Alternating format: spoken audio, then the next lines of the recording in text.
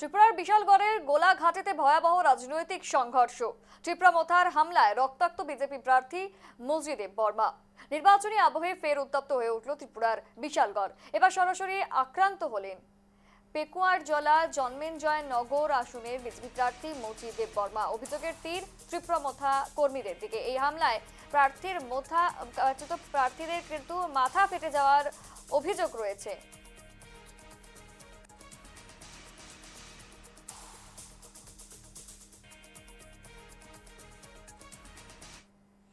আমাদের ছত্র পেকুয়ারজলা জন্মদিন করে যেহেতু নির্দিষ্ট সময় অনুসারে যেহেতু টাকারজলা পিএসের আন্ডারে আমরা পারমিশন ছিল এখানে, কিন্তু দুর্নীতি প্রোগ্রামের জন্য আমরা সবাই নবশান্তিগঞ্জ বাজারে আমরা সবাই কার্যকর্তা মিলিত হয়ে একটা গ্যাদারিং ছিল।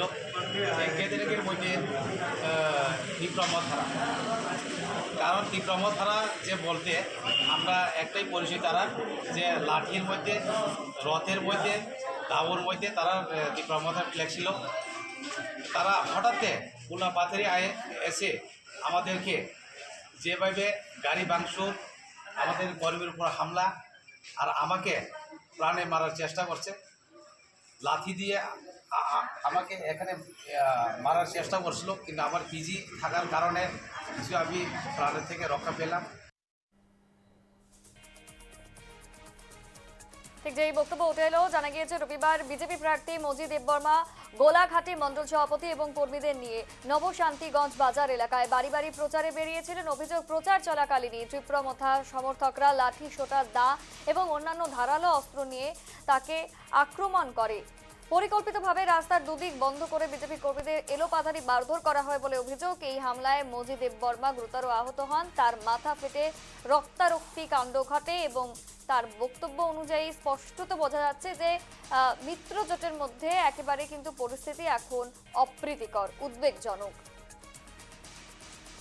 অন্যদিকে খবর পেয়ে পুলিশ ঘটনাস্থলে পৌঁছলে পরিস্থিতি কিন্তু আরও কার্যত জোরালো হয়ে ওঠে, যেখানে আক্রান্তদের উদ্ধার করতে গিয়ে বিক্ষোভের মুখে পড়েও পুলিশের বেশ কয়েকটি গাড়ি, বাইক ভাঙচুর করা হয়। এমনকি টাকারজলা থানার ওসির গাড়ি চালকের মাথায় কার্যত বিভিন্ন রকমভাবে আঘাত করার চেষ্টা করা হয়। পরিস্থিতি নিয়ন্ত্রণে আনতে সিপাহীজলা জেলার পুলিশ সুপার বিজয় দেববর্মা এসডিপিও ঘটনাস্থলে পৌঁছায়। বর্তমানে ওই এলাকায় ব্যাপক পুলিশ এবং টিএসআর বাহিনী মোতায়েন করা হয়েছে বলেও খবর।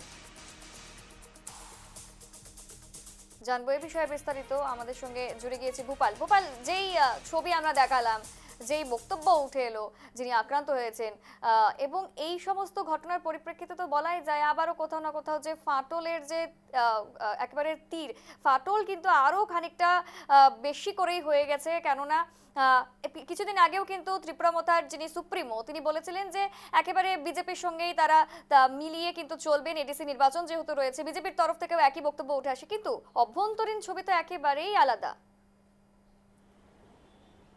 না, তোমাকে একটু আপডেট বলে রাখি যে বিজেপি এবং তীব্রমথা কিন্তু আলাদাভাবেই লড়াই করছে পাহাড়ে, এবং এডিসি দখলের এই লড়াইয়ে এখন আর লুকোচুরি কিছু নেই। বিজেপি এবং তীব্রমথা একে অপরের প্রতিদ্বন্দ্বী।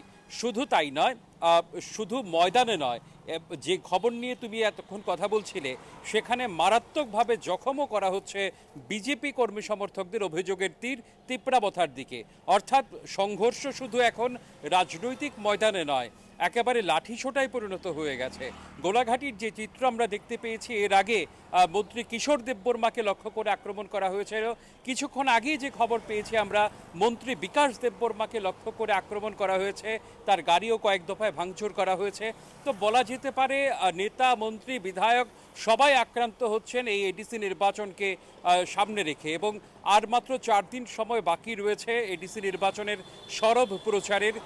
আগামী 12 তারিখ ভোট গ্রহণ, 10 তারিখ পর্যন্ত হবে সরব প্রচার, আজ 6 তারিখ। এই সময়ের মধ্যে আর কোনো রাজনৈতিক সংঘর্ষ ঘটে কিনা সেদিকে তাকিয়ে থাকতে হবে। কিন্তু প্রায় প্রতিদিন রাজ্যের বিভিন্ন প্রান্তে কিন্তু এরকম সংঘর্ষ ঘটেই চলেছে। একদিকে প্রচার চলছে রাজনৈতিক দলগুলির, অন্যদিকে সংঘর্ষের ঘটনা ঘটে চলেছে। এমনকি সেই জায়গায় গিয়ে পুলিশও আক্রান্ত হচ্ছে। সব মিলিয়ে বলা যেতে পারে এডিসিতে মূল লড়াই বিজেপি এবং তীব্রমথার মধ্যে ক্রমশ জটিল হচ্ছে এবং ক্রমশ আরো আক্রমণাত্মক হচ্ছে। একেবারে এশা। ফাটল যেহেতু আরো দৃঢ় হয়ে যাচ্ছে, সুতরাং কি বোঝা যাচ্ছে হাওয়া কোন দিকে বইছে এডিসি নির্বাচনে? দেখো, দুইটা ইস্যু মূলত এইদিকে পরস্পর বিরোধী।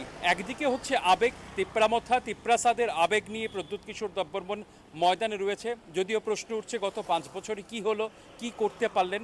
অন্যদিকে বিজেপির বক্তব্য হচ্ছে ট্রিপল ইঞ্জিন, একদিকে দিল্লি, তারপর ত্রিপুরা এবং এডিসিতেও যদি ট্রিপল ইঞ্জিন থাকে তবে ত্রিপুরাতে উন্নয়নের কার্যত বন্যা বয়ে যাবে, এইরকম দাবি করা হচ্ছে বিজেপির পক্ষ থেকে।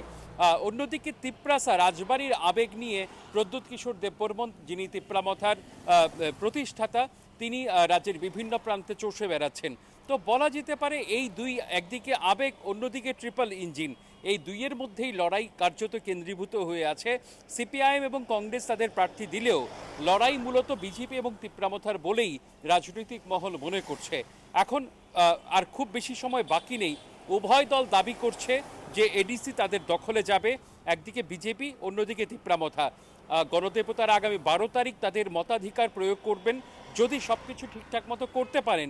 কারণ পুলিশি ব্যবস্থা নিয়েও কিন্তু প্রশ্ন উঠছে। একদমই। যেখানে বিজেপির নেতা মন্ত্রীরা আক্রান্ত হচ্ছে, সেখানে সাধারণ ভোটাররা আদৌ ভোট কেন্দ্র পর্যন্ত যেতে পারবেন কিনা, সেটা নিয়েও কিন্তু বারবার প্রশ্ন উঠছে। তো যদি সব ঠিকঠাক মতো ভোটাধিকার প্রয়োগ করতে পারেন তবে আগামী 17 তারিখ ভোটের ফলাফল ঘোষণা হবে, তখন সবটা বিষয় স্পষ্ট হয়ে যাবে। তবে লড়াই এই দুই শিবিরের মধ্যে, যারা ত্রিপুরা সরকারে শরিক রয়েছে এডিসিতে, তারাই মূল প্রতিদ্বন্দ্বী। ঈশা।